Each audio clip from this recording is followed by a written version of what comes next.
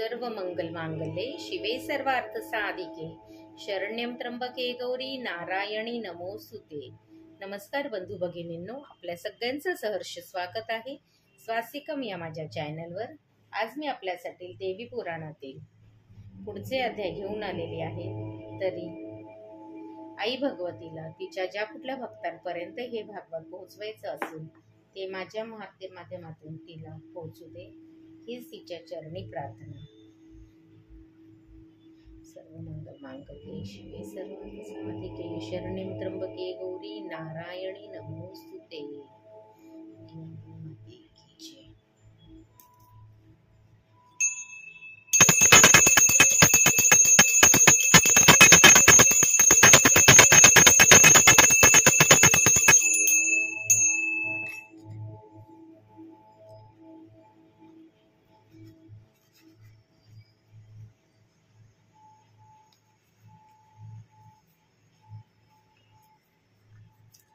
देवी यज्ञाचे अनुष्ठान।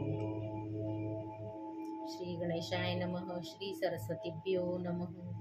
राजा जन्मेजय म्हणाला, भगवान विष्णूने हा यज्ञ कशा प्रकारे केला होता ते ऐकून मीही तसाच यज्ञ करेन। व्यास म्हणाले, हे राजन ऐक। जेव्हा देवीने ब्रह्मा, विष्णू आणि रुद्राला निरनिराळ्या शक्ती देऊन त्यांना निरोप दिला, तेव्हा ते तिघे पुन्हा आपल्या महासागरात आले। तेथे त्यांनी पृथ्वीची उत्पत्ती करून स्वतःची निवासस्थाने स्थापन केली। देवीने पृथ्वीला अचल आधार शक्ती दिल्यामुळे तिचे धरा हे नाव रूढ झाले। पुढे मही, पृथ्वी ही नावेही तिची रूढ झाली। तिच्यावर अनेक योजन विस्तार असलेल्या सुमेरू पर्वताची उत्पत्ती केली गेली। त्याचे शिखर मणिमय आहे। मरीची, नारद, अत्री, पुलस्त्य, पुलह, क्रतू, दक्ष आणि वसिष्ठ हे ब्रह्मदेवाचे प्रसिद्ध पुत्र झाले। मरीचीचा पुत्र कश्यप होता आणि दक्षाला 13 कन्या झाल्या। त्या कन्यांपासून अनेक देव आणि दैव उत्पन्न झाले। कश्यपाने जी सृष्टी केली त्यात मनुष्य, पशु, सर्प इत्यादी अनेक प्राणी होते। ब्रह्मदेवाच्या देहाच्या दक्षिणेकडे स्वयंभू मनु आणि डाव्या बाजूच्या शतरूपा नावाच्या स्त्रीची उत्पत्ती झाली। त्या शतरूपाला प्रियव्रत आणि उत्तानपद असे 2 पुत्र आणि 3 कन्या झाल्या। अशा प्रकारे सुमेरू पर्वतावर ब्रह्मदेवाने मनोहर ब्रह्मलोकाची रचना केली।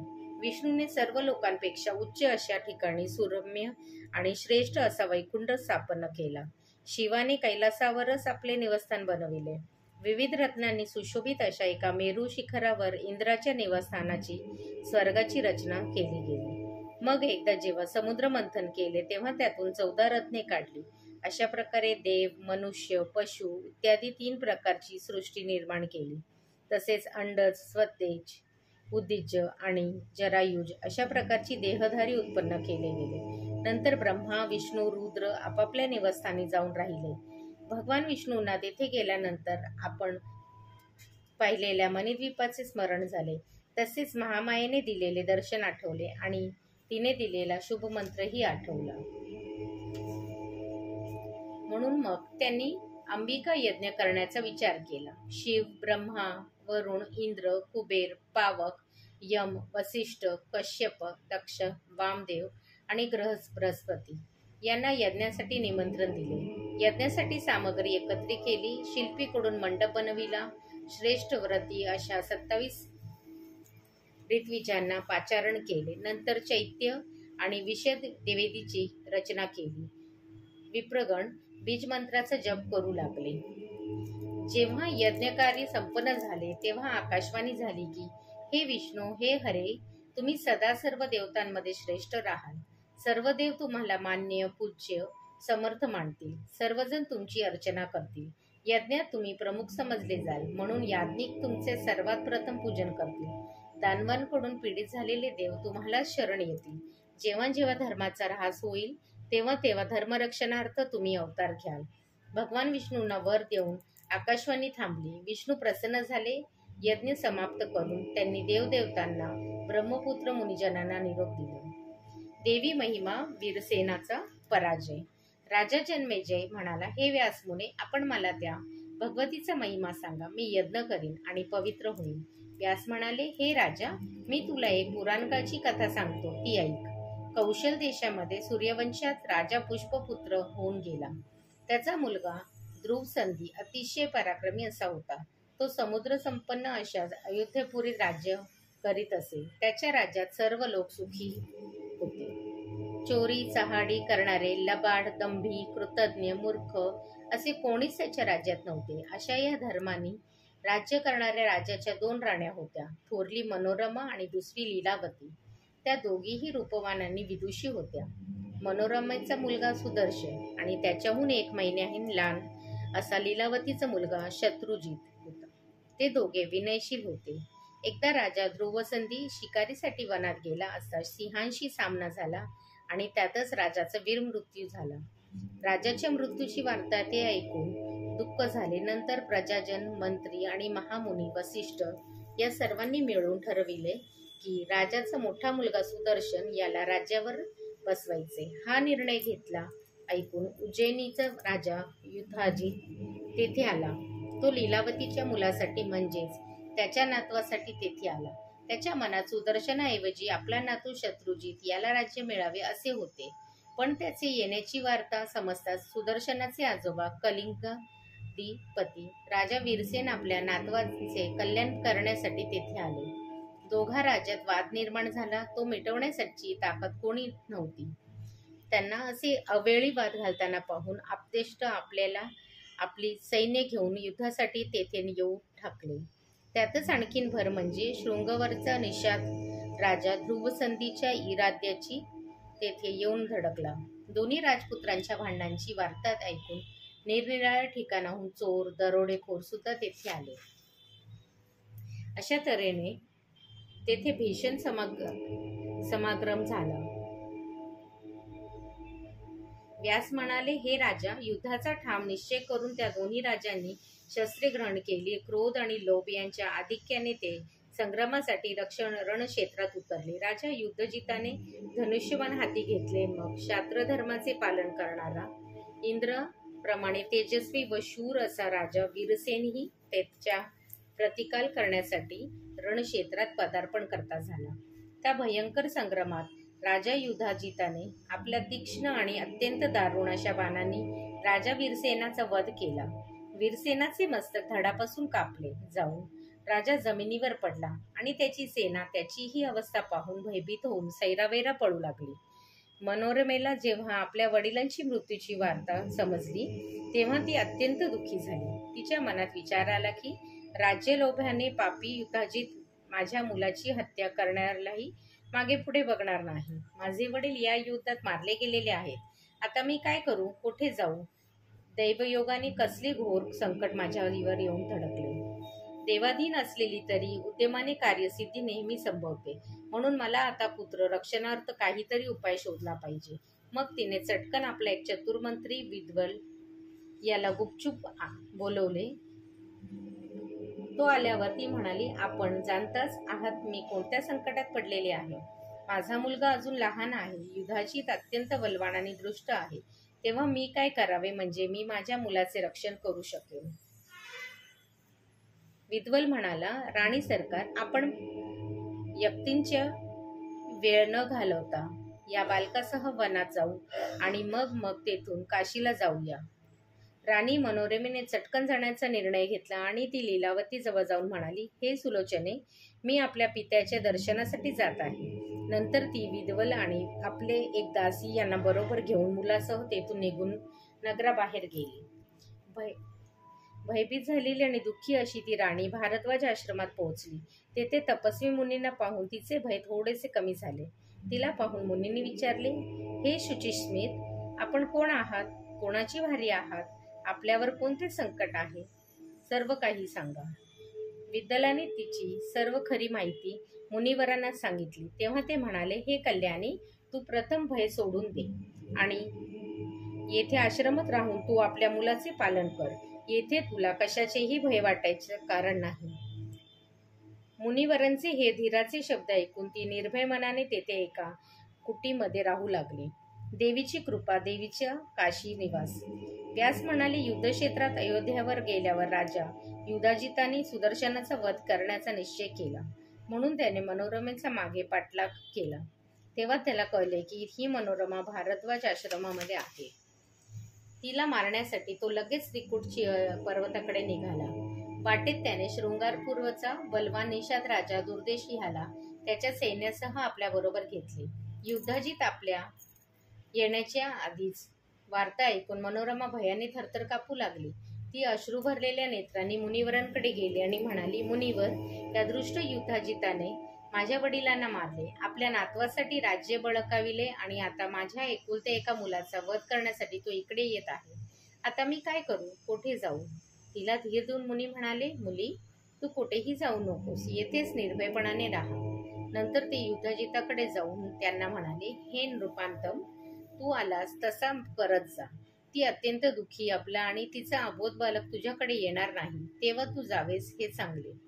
पण युधाजिताने हट्ट सोडला नाही. तेव्हा मुनी म्हणाले, तुझ्यात जर सामर्थ्य असेल तर तू तिला घेऊन जा. विश्वामित्राचे वसिष्ठांकडून नव्हती का कामधेनू बळाच्या जोरावर नेली?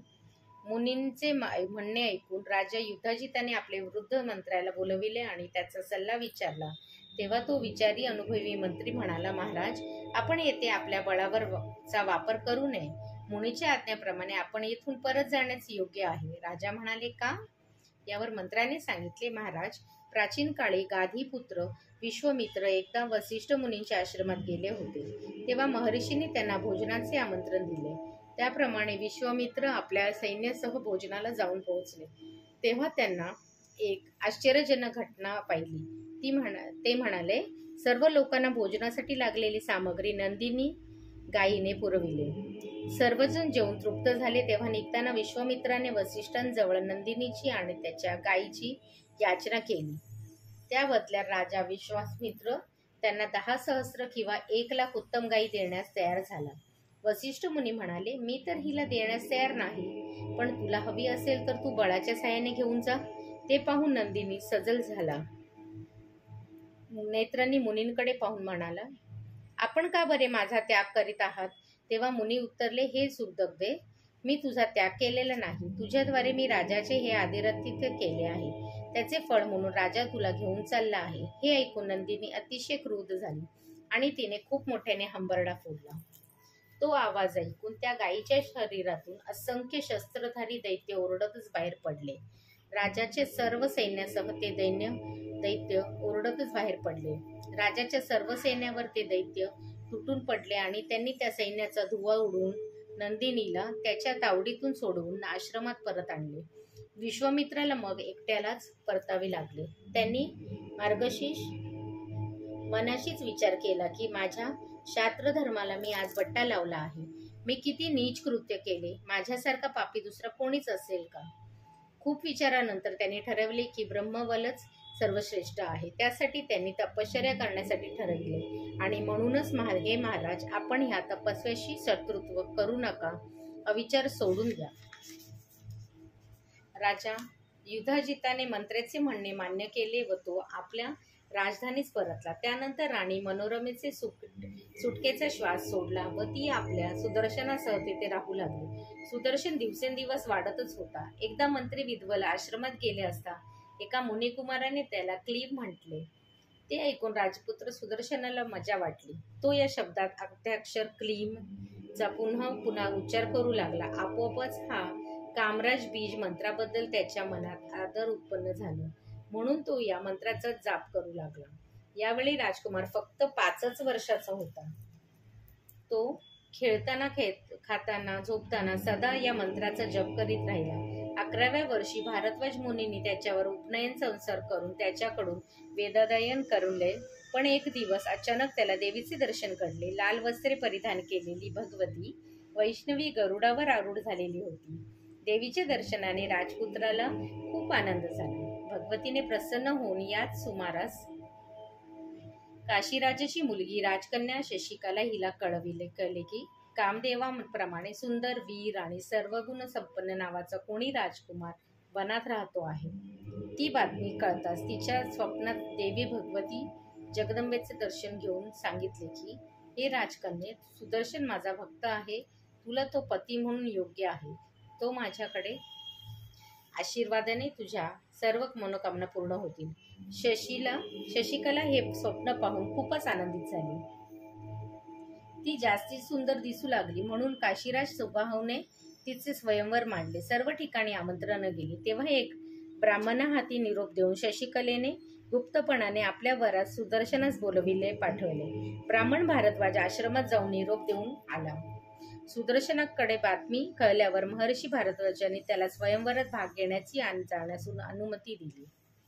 मनोरमा म्हणाली, हे पुत्रा, माता भुवनेश्वरी, महामाया, जगदात्री, सच्चिदानंद स्वरूपिणी तुझे कल्याण करो, तुझे रक्षण करो. तथापि मीही तुझ्या बरोबर येते, कारण तुझ्याशिवाय मी अर्धे बळसुद्धा राहू शकणार नाही. मुनींनी सुदर्शन व मनोरमेला आशीर्वाद दिला व ते तिथे निघाले. रघुवंशी सुदर्शन रथावर आरूढ झाला आणि काशीला जाऊन पोहोचला. राजा सुबाहूने त्याच्या योग्य तोच आदर सत्कार करून राहण्या भोजनाची व्यवस्था केली. नंतर तेथे अनेक राजे येऊन पोहोचले. युधाजित आणि शत्रुजित हेही आले. राजाने आपल्या कन्या शशिकला हिला सांगितले, कन्ये, उठ, हातश्रेष्ठ माला घेऊन मंडपात चल आणि तेथे तुला जो कोणी श्रेष्ठ गुणी, रूपवान तसेच कुलीन वाटेल, जो तुझ्या मनी ठसेल, त्याच्या कंठात ही वरमाला घाल. मंडपात देशोदेशींचे राजे आलेले होते.